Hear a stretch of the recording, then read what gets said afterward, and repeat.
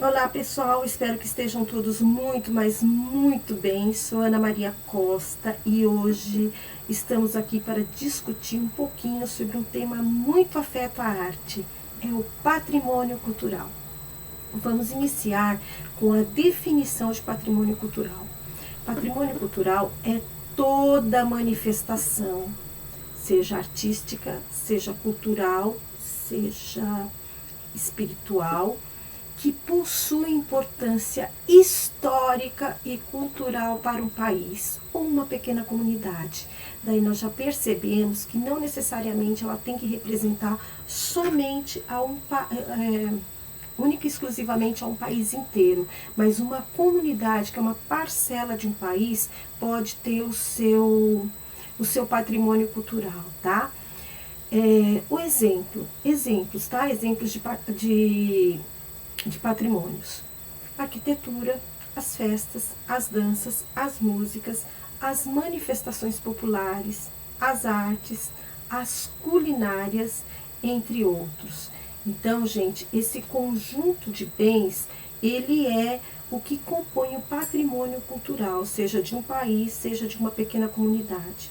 Aí eu destaco para vocês alguns pontos turísticos não, perdão, alguns patrimônios artísticos e culturais do Brasil. Nós temos o Rio, ali ao lado nós temos o Parque das Capivaras, temos Ouro Preto, São Miguel das Missões lá no Rio Grande do Sul, Brasília e o Carnaval maravilhoso de Olinda.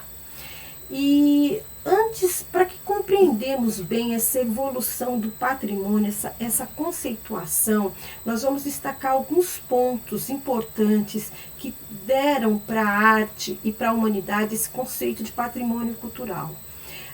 O conceito patrimônio, ele surge no Império Romano com a figura do pater familia. O pater familia deu para o português o pai de família. Era aquele cidadão do sexo masculino que chefiava uma família.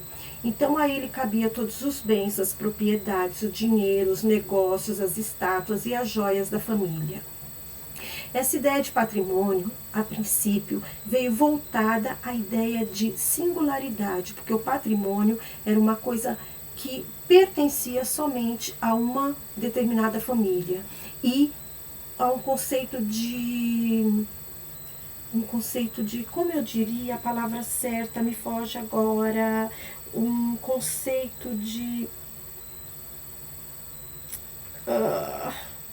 nobreza. Pois bem, o conceito de propriedade, ele surge como uma singularidade, ou seja, um pertencimento somente a um determinado grupo familiar e agregado assim um valor de riqueza, de nobreza, de poder, certo? Mais para frente, esse conceito evolui com a Revolução Francesa, onde nós sabemos a população da França saiu às ruas para contestar o poderio de uma monarquia absolutista que reinava na época.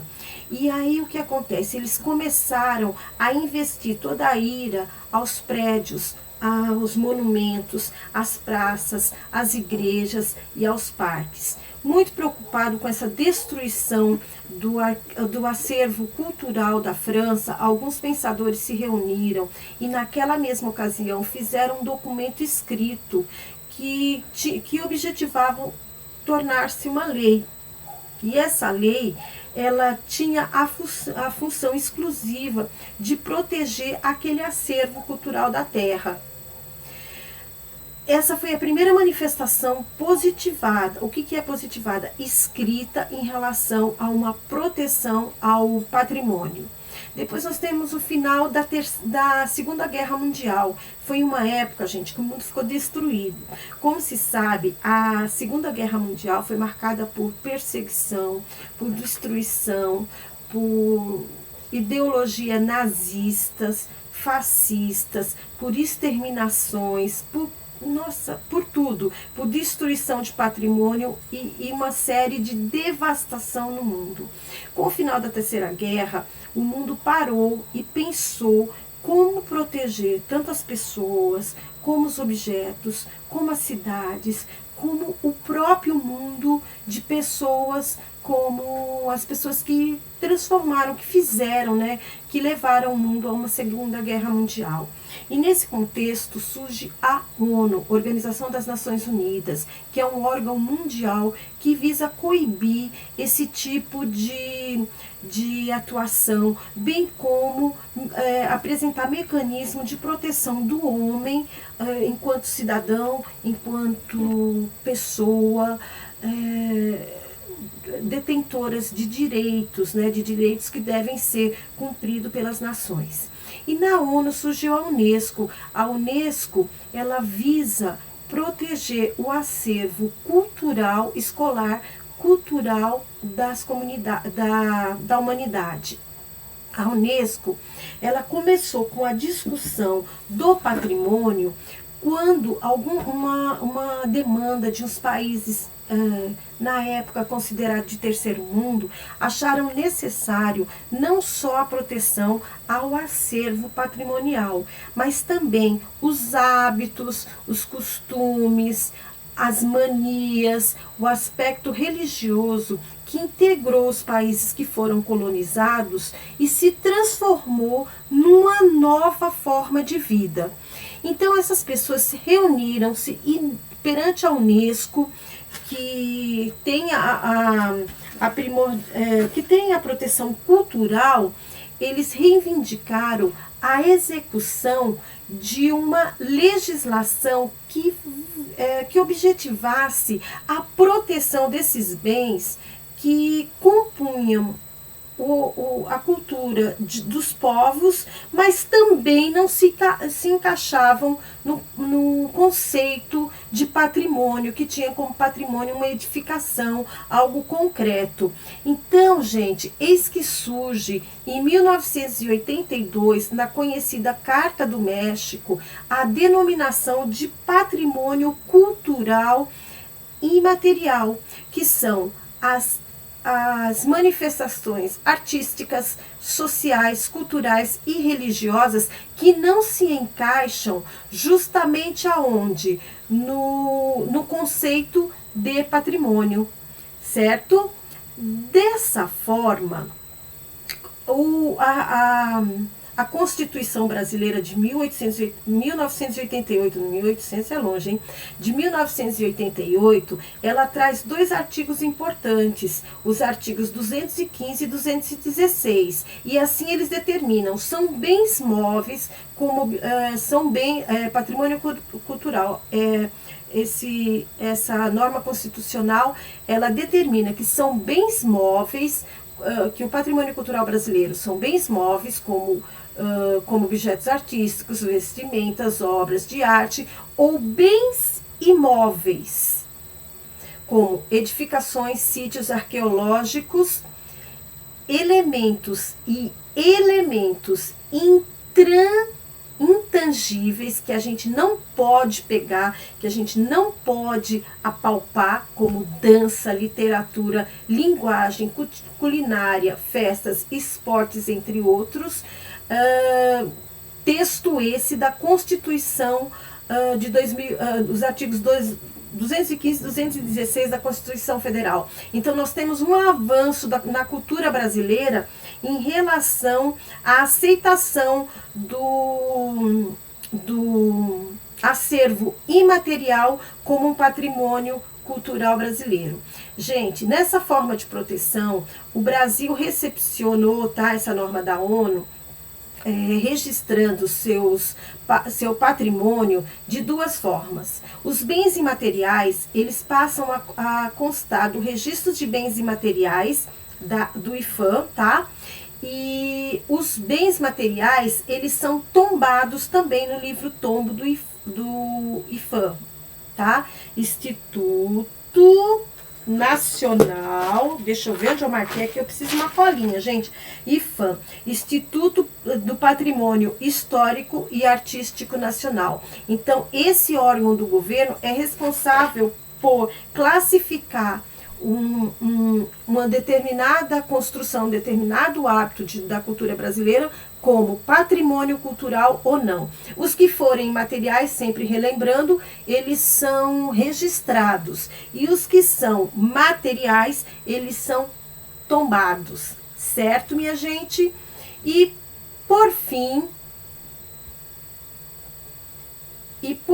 gente. Opa, peraí.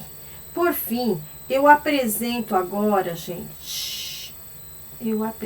Peraí que deu um chute aqui. Por fim, eu vou pedir para vocês o trabalho.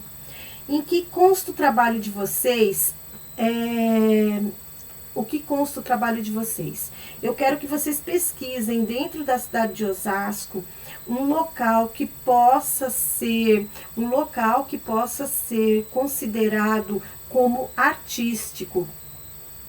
Eu quero que vocês procurem esse local, tá? Esse local que tem uma fundamentação artística.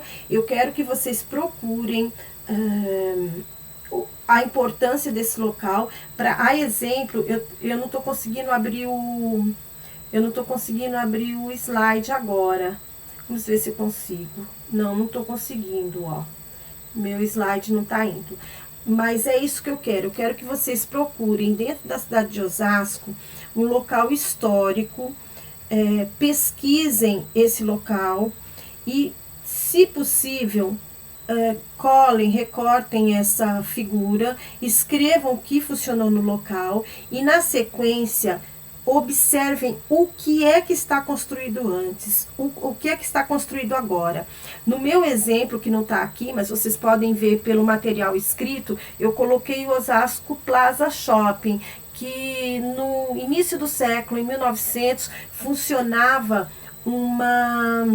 uma fábrica de tecidos, tá? E hoje funciona o Osasco Plaza Shopping. Era um prédio maravilhoso, muito bem construído, muito bem edificado, mas que infelizmente não foi tombado, não foi preservado. Hoje funciona, felizmente, né, pra gente, um shopping de compras, mas o que se perde muito é o patrimônio cultural e artístico de Osasco antigo, que foi demolido para a construção do shopping. Gente, Osasco foi uma cidade industrial, parques industriais enormes situavam-se em Osasco. Hoje ela é extremamente comercial e nós perdemos muito da nossa arquitetura, do nosso patrimônio.